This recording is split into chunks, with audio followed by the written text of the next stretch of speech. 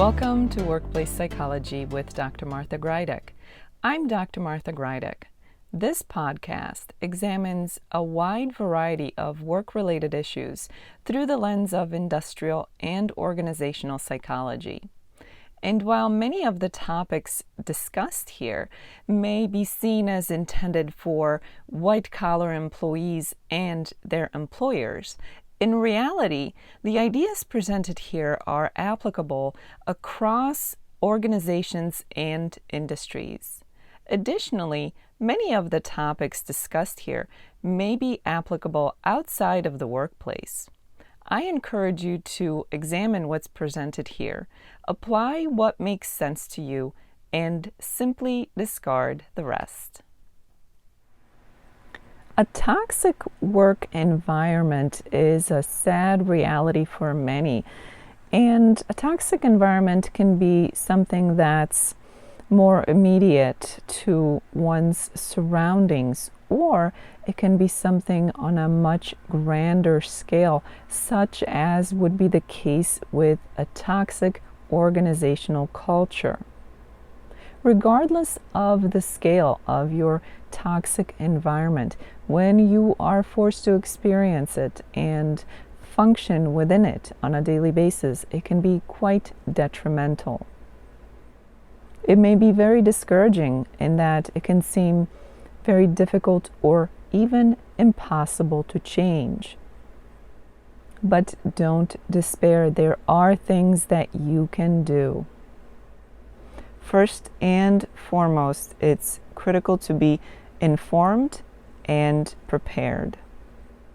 Uninformed decisions or knee-jerk reactions or emotional responses are rarely helpful to the situation. Understanding toxicity for what it is key here. Don't expect to be able to change others, and don't expect others to change just because it would suit you or it would make sense. Your only power is for yourself and perhaps your most immediate environment or your most immediate surroundings. Your salvation comes in part with your own perception, because your perception of a situation or an environment can influence your own reactions, responses, and behaviors.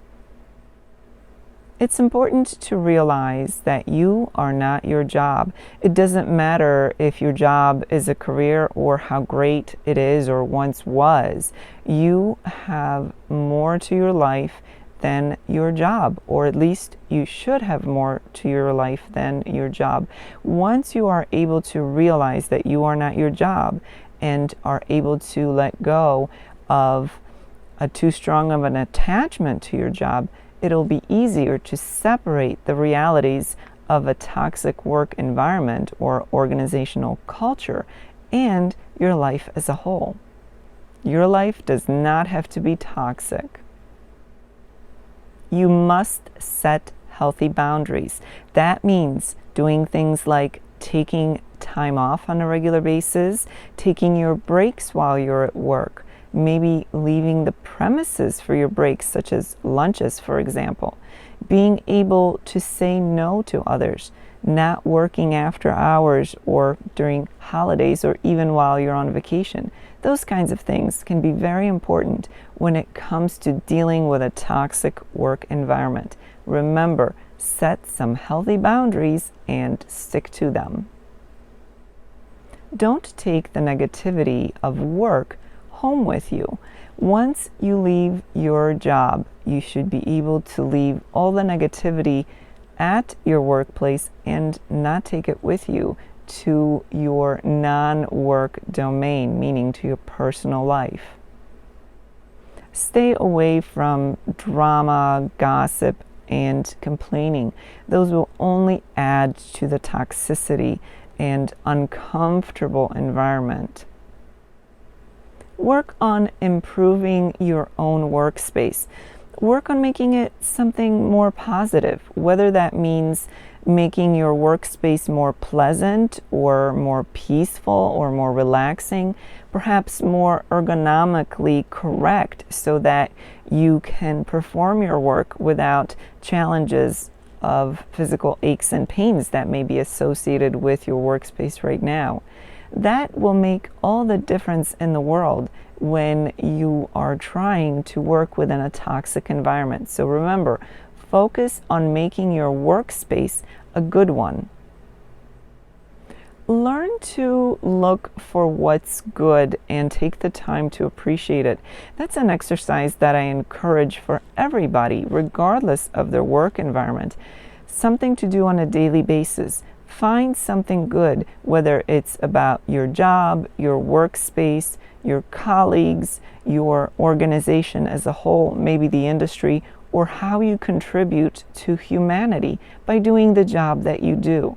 When you focus on those things that are positive, things that you can be appreciative of, it takes you out of that state of suffering that can so easily come along with working in a toxic environment.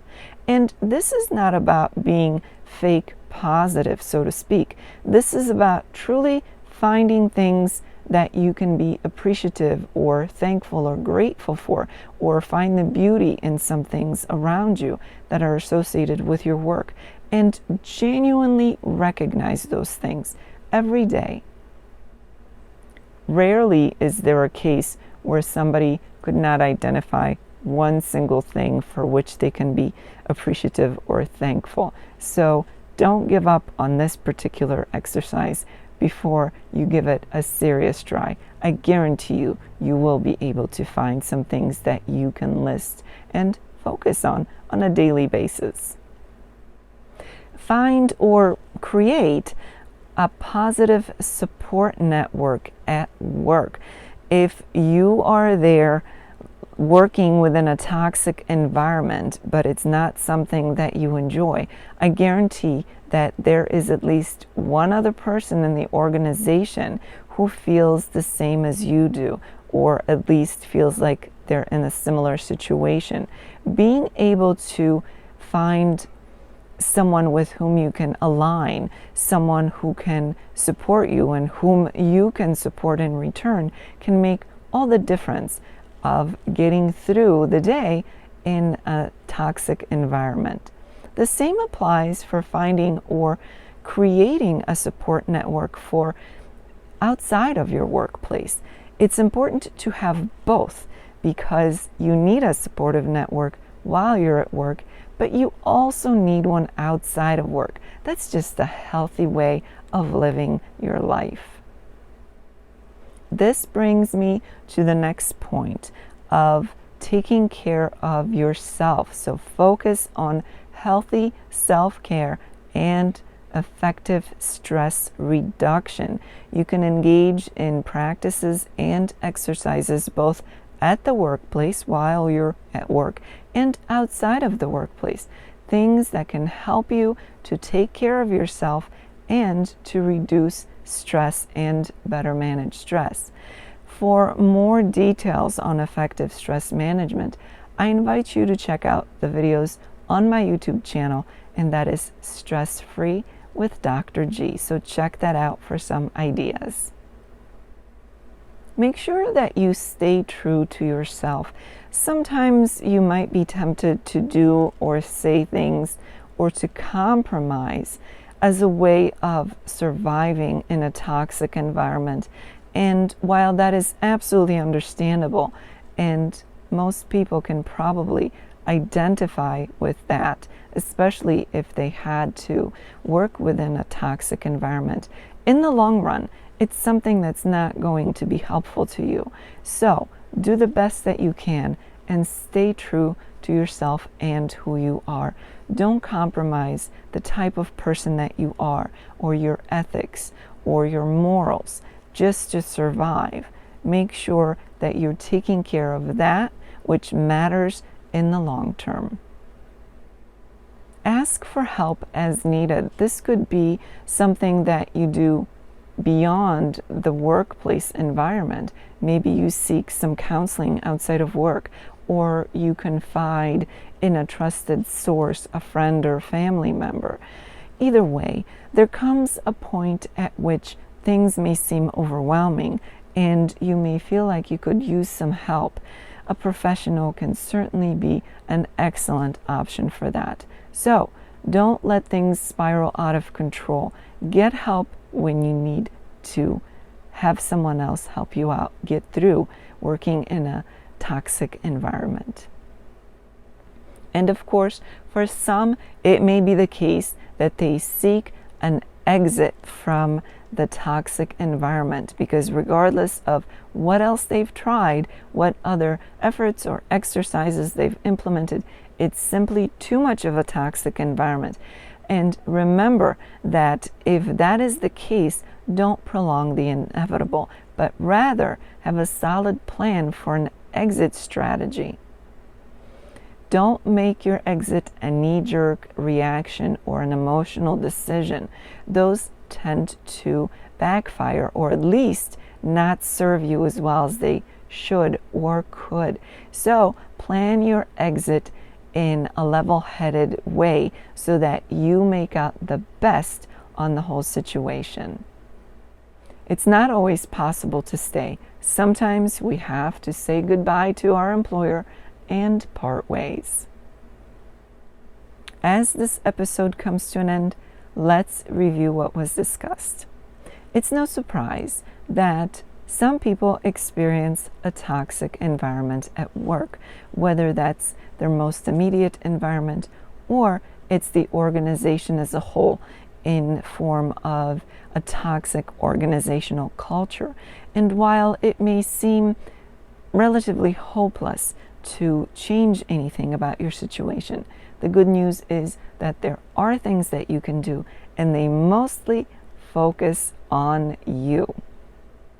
Make sure you're looking at the situation with eyes wide open. That means be informed and understand toxicity for what it is.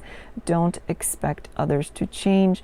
Don't expect things to change just because it makes sense or it's the right thing to do. When you understand that your power lies within changing yourself, partly your perception, that's when you start to regain your power of a toxic environment. As I already mentioned, perception is key. One of the things that it's important to realize is that you are not your job, regardless of how good or important that job may be or may have been. You are a person with a job who has a life outside of the workplace, or at least should. So make sure that you are not so intertwined with your job where your job affects the rest of your life beyond any kind of hope of separation or healthy repairs. Set healthy boundaries and don't take the negativity associated with your job home. That also means practicing some good, healthy habits to take care of yourself and manage your stress properly. Stay away from gossip, drama, and complaining. Instead, focus on those things that are positive and that are good. That allows you to escape that miserable mindset and find appreciation in what you do on a daily basis. Make sure to have a healthy support network both at work and outside of the office. Whether you find one that already exists and align with a person or a group of people, or you create a network on your own from scratch. Either way will work just as well. Stay true to yourself and ask for help when you need it.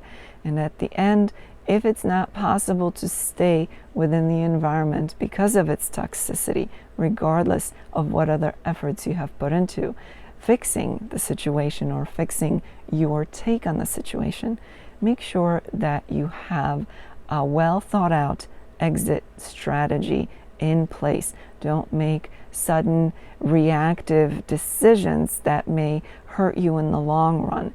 Put an exit strategy in place that is well thought out and that serves you. That's the best way to go, as long as you can do that. as the week unfolds, I invite you to think about your own work environment, whether it's the immediate environment in which you work or an overview of the organization for which you work and its culture. Sometimes when we are so busy with our daily tasks and maybe daily survival for many, it's difficult to look up long enough to realize the toxicity of the environment in which we try to survive or in which we function on a daily basis. Sometimes it may take a third party or a feedback or input from outside of ourselves, someone such as a friend or family or a colleague, someone who doesn't work with us, to comment on the strangeness or the difficulty or the apparent toxicity of the environment in which we function. So pay attention not only to what you can see, but pay attention to what others outside of the organization might be saying. Your friends, your family, your acquaintances. They may offer some feedback or insights that give you a clue regarding how healthy or unhealthy the environment in which you are functioning on a daily basis really is. So pay attention to that. And if you should realize or discover that you are functioning in a toxic environment, go through the checklist of the things that I suggested here today and work on improving your own situation. Of course, it starts with you and your perception.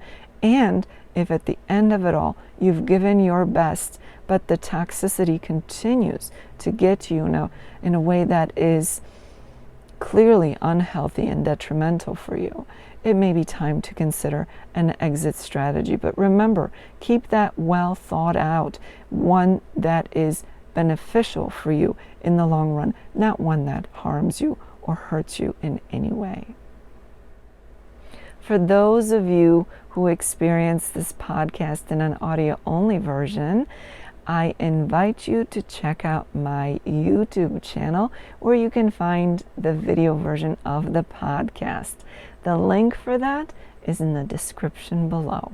In addition to the video version of the podcast, my YouTube channel also contains videos that focus on stress management, so I invite you to check that out.